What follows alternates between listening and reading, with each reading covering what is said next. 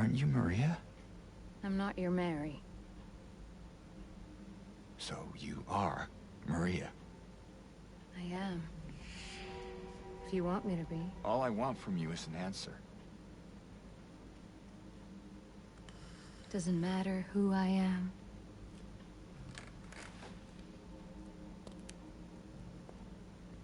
I am here for you, James. See? I'm real. Hello again, everyone. You might have noticed the caption says Part 2, so let me explain myself. In my last video, I discussed potential possibilities about why exactly Eddie and Angela exist in James's Silent Hill. I mentioned my initial beliefs and then brought in various YouTuber beliefs, and my friend Spicy's beliefs as well.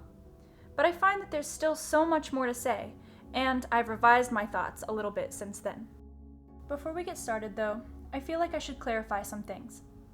I know that Silent Hill is its own sort of entity. It's a town that others find themselves in that has a huge religious backstory, and there will be future videos where I discuss Alessa, Harry, Cheryl/Heather, Henry, etc. Regardless, I understand that it's not specifically James's town and others just come along. I didn't claim that in my last video, nor did anyone who is a fan of Silent Hill. I did say James's Silent Hill in my last video to differentiate between what he sees versus Eddie and Angela, and how their paths intertwine.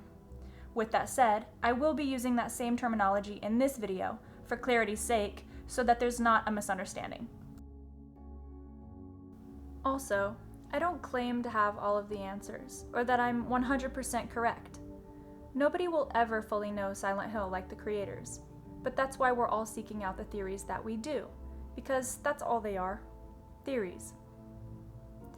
I've been a fan for a long time, but there is such little academic research done about video games, so it can be hard trying to find concrete answers, rather than new and regurgitated theories. But I do want to let everyone know that I do my best to find fair and accurate research with what's available to me, and to incorporate it into videos in a way that's cohesive and clear to my fellow Silent Hill fans and gamers alike.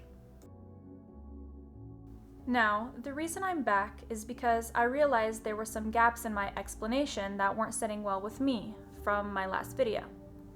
I only offered a couple of thoughts about things, and along the way, I didn't fully develop my own thoughts through any stimulating conversation.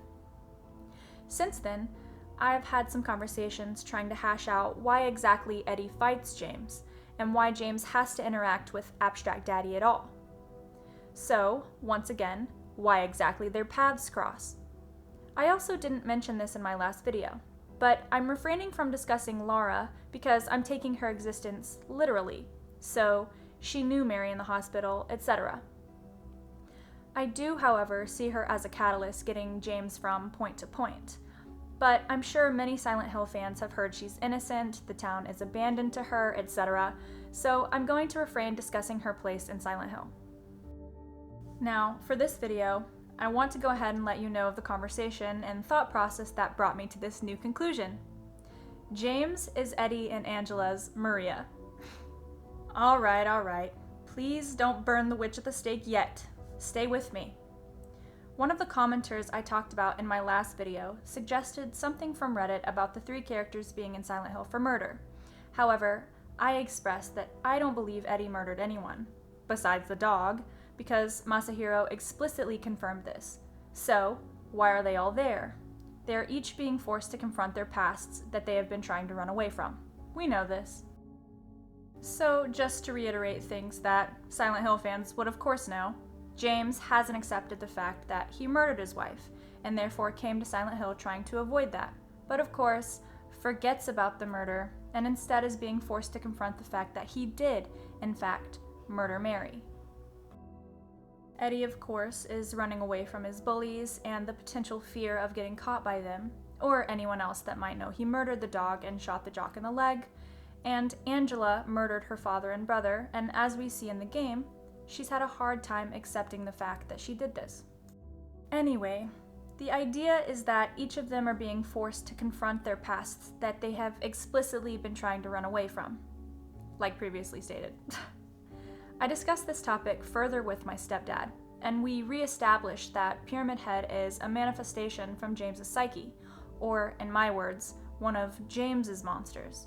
This is also confirmed by Masahiro Ito himself that Pyramid Head is a James-only monster. So, if Pyramid Head is from James's psyche, or only his monster, not to be seen or shared by others in Silent Hill, then it wouldn't exactly make sense for James to be Eddie and Angela's version of Pyramid Head. I still love this theory and cherish it deeply. I go back and forth between that and this new theory, but that's why I've made this video in the first place. Anyway, my stepdad said that it would essentially be a break in the theme of Silent Hill for James to be working as both Eddie and Angela's Pyramid Head. So, if everyone experiences their own version of Silent Hill, even those in other installments, but of course I'm only discussing Silent Hill 2, then why do we kill Eddie? Why do we experience Angela's Silent Hill, but she doesn't really experience James's, aka ours? And aside here, I don't literally mean Angela's version as in James does see her version, but it's more, why does he encounter Abstract Daddy at all? But first, let's take a look at a scene with Eddie. You want to talk down to me some more? Tell me to relax? You're just like the rest of them, James. No, I don't want... Shut up! You think I'm stupid. You think I don't see it. But you've been laughing at me all along. Ever since we first met. But you ain't laughing now, are you? Oh my god. What a man. Need help, Eddie. Now, I think most people might agree that Eddie views James as a sort of bully in this moment. Considering James's snide remarks in the original Silent Hill 2, and the slightly nicer dialogue in Bloober Team Silent Hill 2, James is still kind of a jerk. Blowing Eddie off in the apartments, making comments about Eddie's eating, and acting shocked when Eddie takes off in the prison. There's no doubt in my mind that Eddie views James in a negative light in his final moments before he fights James. Eddie viewed James initially as a possible companion to get through in the Woodside apartments, calls James out in the theater for not wanting to originally go together in the apartments, and realized in the prison he could defend himself, without James's help. So, by the time we arrive at the meat locker, Eddie has realized James's meaner, potentially bully-like tendencies, and therefore categorizes him with his other bullies. Now that we've re-established Eddie's bit of the story, let's go back to Angela. It was a little bit easier for me to grasp how Eddie and James could overlap, given Eddie is running from something / bullied, and James has leaned into that, intentionally or not. But with Angela, I could only really consider James and Angela's versions of Silent Hill overlapping because James is a man, and we know that Angela might be skeptical of men, especially thinking back to Very Cool Guy Mike's thoughts. Masahiro Ito confirmed that what Angela sees is not what James and us as players see. I'm sure we all know this, but whatever monster is on her end deserves to die regardless. Moving forward, as previously mentioned, if we take the thoughts that everyone in Silent Hill is there to confront their pasts, and or has a guilt presence overarching their story, think of Pyramid Head being James's embodiment of that guilt, Angela arguably shouldn't have that guilt presence in her story, or no Pyramid Head. Now, this comes with the fact that we don't know what happened to her mom. There are suggestions that Angela potentially murdered her mom, and I've seen theories that her mom committed suicide or also that her mom potentially disappeared from her life. But regardless, Angela's mom told her that she deserved what happened. So, wherever her mom is, Angela shouldn't have any guilt for murdering her father and brother and killing or losing her mom. Angela's murder, in comparison to James's, is arguably more justifiable. However, I suggest referring to my first video about objects if you would like to ponder that lingering question of James's innocence or guilt. Continuing, It's kind of sick of Silent Hill to lump Angela in with Eddie and James if her murdering intention should hold little to no guilt in comparison. In my stepdad's words, how awful of Silent Hill to force Angela to have to go through her dad multiple times. It's cruel, not enlightening. Some people may argue Angela's culpability in this situation, but I hope all people recognize the issue with that. Anyway, James's guilt/innocence will continuously be debated, even with us considering that Mary wished for things to end. It'd be easier if they just killed me. And her reaffirming that in the end. Mary. Hey, handsome. I'm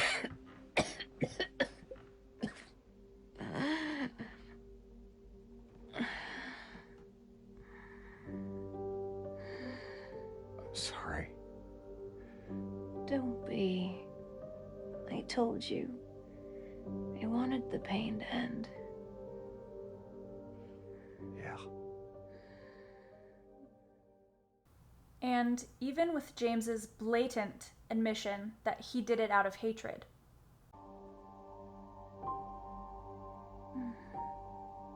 The truth is, I hated you. I wanted you out of the way. I wanted my life back.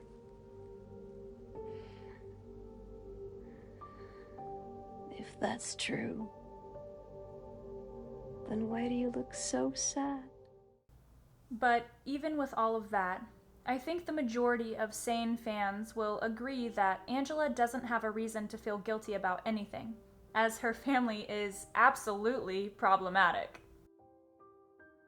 I received a comment on my last video discussing the possibility that James essentially robbed Angela of her catharsis, and in my words, her leave ending, all because James had to defeat Abstract Daddy. However, they expressed that since Eddie is dead, we don't know what could have happened with him. My stepdad said that because we murdered him, he's also not capable of getting to face redemption or get his leave ending. And aside, out of the top 3 endings that I repeatedly discuss, that one to me is the best. However, I still favor In Water, though I've seen people call that ending the easy way out. Now, to circle back to one of the previously mentioned questions, why does James see Abstract Daddy? My stepdad and I discussed possibilities of a rupture happening in Silent Hill because of the possibility that she sees James in a similar light to her father and brother. However, I did what I always fall back on and pondered endings yet again. Now, let's take a look at Angela's final scene. Maybe you think you can save me?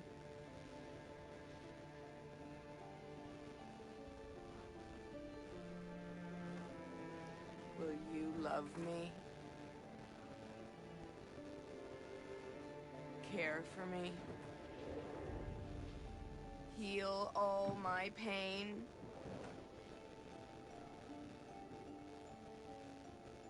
That's what I thought.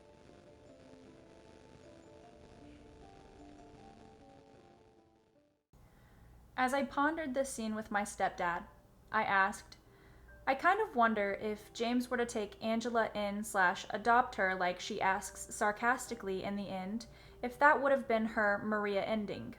And continued by saying, she's just replacing a father figure rather than acknowledging that she killed the one she had, or at least coming to terms with it, but she needed to acknowledge her freedom and independence that comes with her father being gone. A quick aside here, I do not want to hear any gross comments about Angela and her situation, or a situation where her and James should be linked romantically. Again, I hope that all people would see the issue with that. Back to my suggestion about what would be Angela's version of the Maria ending, my stepdad responded by saying, so now that's how we get to justify Abstract Daddy in James's story. Then both of us came to decide that, basically, all of them are there facing their own stories. I know we know this, but just stay with me before you comment something like, a real Silent Hill fan. Anyway, James happens to get sucked into Eddie and Angela's versions of Silent Hill as they begin to see James as the antagonist in their own stories, and they both, unfortunately, are doomed to fail because neither of them actually confront the reason as to why they're in Silent Hill to begin with. Another quick note, Angela does mistake James in the end for her mother, potentially acting, in Maria's words, as whatever Angela wanted James to be. Also, in the labyrinth, I wonder if Angela was freaking out because she mistook James for her mother when he walked into the room before his fight with Abstract Daddy, and assumed she was getting in trouble by her mother for her sick father being in her room again. Just something to think about. James confronting Abstract Daddy makes sense if Angela makes James a part of her Silent Hill, or categorizes him essentially as another potential father figure. It's okay. Calm down. Don't order me around! I'm not. It's okay. It's over. Don't even try. Try what? Like you don't know.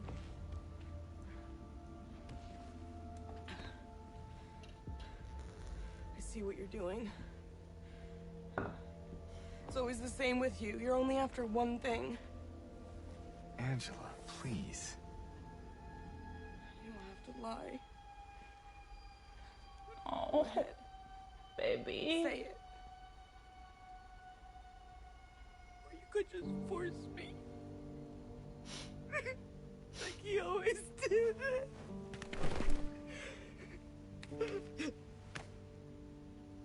You disgusting pig. We can see here that she's even more intimidated of James after he defeats Abstract Daddy. But also, she wasn't the one to kill Abstract Daddy. James did.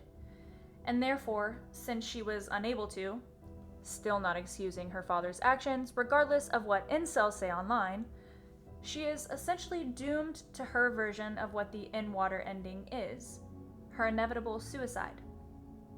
Now, again, most Silent Hill theories are just theories, but Masahiro did confirm her death. And Eddie's place in this game / James's Silent Hill makes sense if he makes James his bully. And we can see throughout the game how Eddie is associating James with being a sort of antagonist here, ready to fight him instead of his actual bully / bullies, again resulting in Eddie's version of in water because he ends up dead, like Angela, and like James if James doesn't confront the fact that he murdered his wife. Now, this brings me back full circle to my initial claim. James is Eddie and Angela's version of Maria. Again, I put a lot of pressure on endings, but I think the original three, Leave, In Water, and Maria, are the most applicable for things I've been discussing. Continuing, in James's Leave ending, this is known as the self-preservation route, where James / you as the player are concerned with James's well-being and route to forgiveness, not only from Mary, but for yourself, resulting in James getting to leave Silent Hill. Whether or not you see this as a good ending is completely up to you, as a lot of things in this franchise are subjective. Then of course we have In Water, which is where you're more lax with healing, and as a player / James, haven't fully forgiven yourself and still feel a tremendous amount of guilt, and the only option to James is death. And of course, I'm sure we're mostly familiar with all of these endings, but just to also reiterate the Maria ending, to me, it is the most selfish ending, where James hasn't learned anything and has decided not to overcome things, essentially, and instead simply replaces the quote-unquote issue being Mary. Eddie ended up seeing James as a bully, similarly to James seeing Maria as someone uncannily like his wife. I say uncannily for a hint towards a potential future video. But anyway, Eddie saw James as a replacement bully, or just like the rest of them, also acting as his version of Maria.